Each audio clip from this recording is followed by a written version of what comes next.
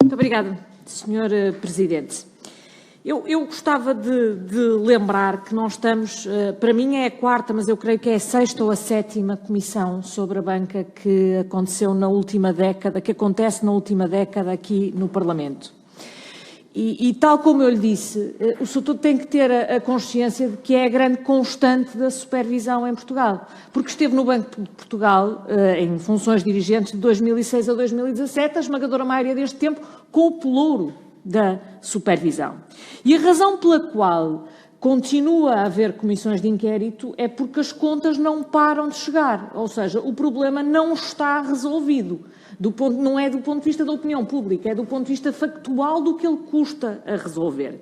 E como tal, faz-se comissões de inquérito porque se espera explicações racionais para este facto. E o Sr. tem que perceber que quando vem aqui dizer a supervisão fez um trabalho notável, foi um excelente trabalho, que há alguma coisa de chocante e de contraditório entre a situação em que nós assistimos e as afirmações que está a fazer.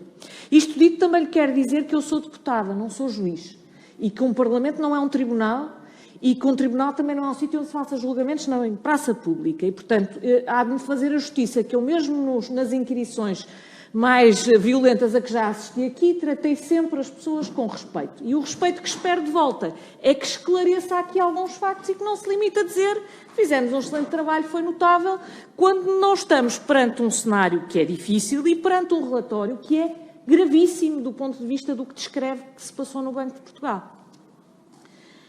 Gostava de saber, em concreto, em relação às notas de informação cuja resposta que são perguntou qual, e de facto há duas notas de informação de fevereiro de 2011 que apenas foram despachadas, alguns em junho de 2013. Eu acho que o facto do despacho ser nessa altura tem a ver com a mudança no diretor do Departamento de Supervisão, que houve nessa altura, pergunto se confirma isso, e são sobre dois temas diferentes, mas que são conexos.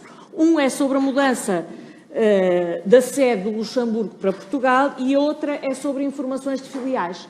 Mas são conexas porque todas têm a ver com o mesmo assunto, que é a complexidade do grupo, a dificuldade na fiscalização do grupo e as ligações e a dificuldade e a exposição do BES ao GES. E isto leva-me à segunda questão que também surgiu aqui sobre os clientes. Vamos lá ver, eu do que li aqui, eu acho que a questão dos clientes não é relevante pela identidade dos clientes. É relevante porque foi uma informação que é prestada dando a entender que estão a ser colocadas obrigações do BES em pessoas que não estão a ter noção que estão a adquirir essas obrigações, coisa que, aliás, foi um padrão que depois se veio a verificar bastante mais tarde com papel comercial. Mas esta questão da exposição, do financiamento do BES e da exposição do BES ao GES esteve a ser seguida e foi seguida pelo Banco de Portugal desde 2008, 2010. E a passagem da exposição do BES ao GES, a passagem para outros investidores, a passagem para fundos, a passagem das unidades de participação de entidades do grupo para clientes do banco e depois a passagem direta de papel comercial para clientes do banco, não foi um esquema fraudulento, foi feita com o acompanhamento do Banco de Portugal. A fase final, é verdade, é completamente fraudulenta e a partir do momento em que o Banco de Portugal tenta começar com a estratégia do ring fencing, aí sim há um esconder. Mas até aí há anos em que isto está a acontecer, em que há noção de que há um problema estrutural e que não está a ter uma solução estrutural. E eu, para que se perceba quão longínquo no tempo isto é, fui buscar uma apresentação sua de 16 de junho de 2010 sobre regulação e supervisão do sistema bancário. Eu acho que isto deve ter vindo no seguimento do BPN-BPP. E diz uma coisa, tem uma conclusão que diz assim: na origem da crise e nas condições que propiciaram a sua propagação estão, em parte, vulnerabilidades relacionadas, que é o cansaço, com um deficiente entendimento dos riscos por parte dos consumidores financeiros. E diz, como medida tomada em Portugal, foram atribuídas ao Banco de Portugal funções no domínio da supervisão comportamental, tendo em vista a proteção eficaz dos interesses dos clientes de serviços bancários de retalho. Isto era o que o Sr. Vice-Governador dava como já feito e como medida tomada em 2010. Agora olhe para isto em 2021, à luz de tudo o que aconteceu no Banco Espírito Santo, e perceba a frustração e o pedido de explicações em relação ao que correu mal com a supervisão. E por último, em relação ao perímetro e ao estabelecimento do perímetro, a minha questão não é porque é que os créditos passaram para o novo banco. Eu percebo que eles tenham passado para o novo banco. O problema é o valor pelo qual eles passaram para o novo banco. Porque tudo indica que eles passaram para o novo banco por um valor que está bastante acima daquele que é real. E é essa explicação que era importante que aqui desse. Muito obrigada. Muito obrigado. Sr. Duarte Neves, faz favor.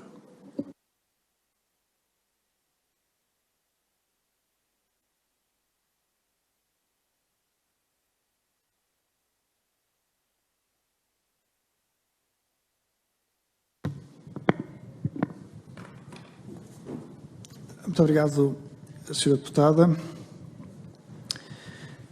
Em relação, eu vou seguir uma ordem de resposta, que não é a ordem que foram colocadas.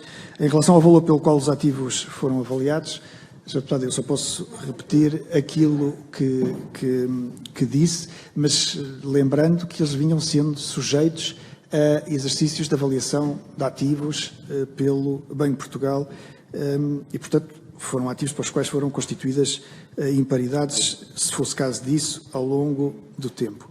Em relação à minha apresentação, que teve, enfim, a amabilidade de pesquisar e de referir aqui, vamos lá ver, o Banco de Portugal, desde 2008, que para além das responsabilidades de supervisão prudencial, tem também responsabilidades de supervisão comportamental. Essa responsabilidade de supervisão comportamental foi uma função que foi criada praticamente do zero e que tem tido um papel que eu considero extremamente valioso e que, aliás, tem recebido avaliações positivas a nível internacional. Há presidências internacionais que são desempenhadas por diretores desta supervisão comportamental. E, portanto, foi uma função que foi desenvolvida e que, na minha opinião, correu extraordinariamente bem. Esta supervisão comportamental, contudo, não faz a supervisão de produtos que são produtos financeiros. Não faz supervisão de obrigações, não faz supervisão comportamental. Não faz supervisão de obrigações, não faz supervisão de colocação de papel comercial, não faz supervisão de unidades de participação. Essa competência está atribuída em Portugal, a comportamental, está atribuída à CMVM. Não há qualquer racional para ter duas entidades a supervisionar a mesma coisa. Isso não acontece em parte nenhuma do mundo. E, portanto, há uma distribuição de funções entre o Banco de Portugal e a CMVM. E, portanto, essas supervisões comerciais, essas supervisões comportamentais não estão sujeitas à supervisão do Banco de Portugal. E isto responde à questão dos clientes. Portanto, é uma questão comportamental e este ponto é importante. O Banco de Portugal, quando teve na sua atividade de supervisão prudencial, quando teve acesso a questões comportamentais, como é a venda indevida de produtos, o Banco de Portugal comunicou à CMVM, pelo menos neste caso concreto que foi referido, foi comunicado à CMVM. Em relação às duas informações que referiu, uma delas tem a ver com a informação que é prestada ao Banco de Portugal. E essa informação foi tratada. Ou seja, as dificuldades que havia de acesso às filiais internacionais foi uma situação que foi tratada pelo Banco de Portugal em articulação com a DFSA do Dubai e aliás, até foi estabelecido um Memorandum of Understanding e também com a autoridade do Panamá. Portanto, esta coisa da informação ter sido fechada passados 2 anos, não tem... O despacho diz que aquelas matérias foram...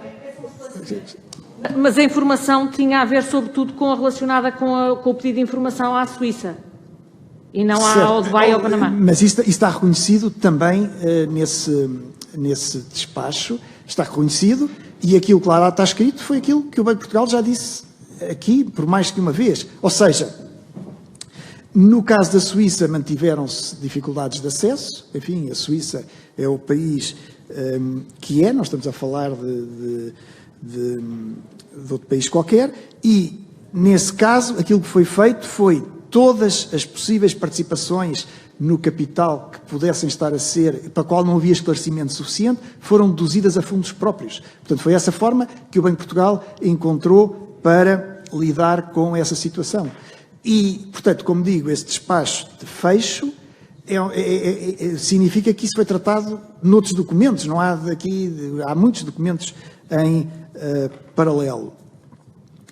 Em relação ao outro documento, há uma decisão prudencial de não subida de patamar, essa foi-me comunicada, portanto o diretor falou comigo, foi-me comunicada, o resto da informação não fechou, porque a rigor não havia capacidade jurídica de fazer imposição. Peço desculpa. A única forma de o Banco de Portugal poder ter alguma capacidade de intervenção nesta questão específica pôs-se no momento em que são atribuídas funções de resolução, responsabilidades de resolução ao Banco de Portugal. E isso está aqui na tal carta das preocupações prudenciais, onde é apresentado como elemento. Os bancos têm que estar em condições de apresentar planos de resolução, e apresentar um plano de resolução para a SFG seria uma coisa difícil. Naturalmente, nessa altura, ninguém anteciparia que essa resolução viesse a acontecer, e que foi ao nível do BES, não foi ao nível da SFG. Mas, portanto, é essa a razão. Isto acontece com as duas informações que referiu, e acho que prestei aqui os esclarecimentos, e, portanto, do ponto de vista, foi isso que eu disse,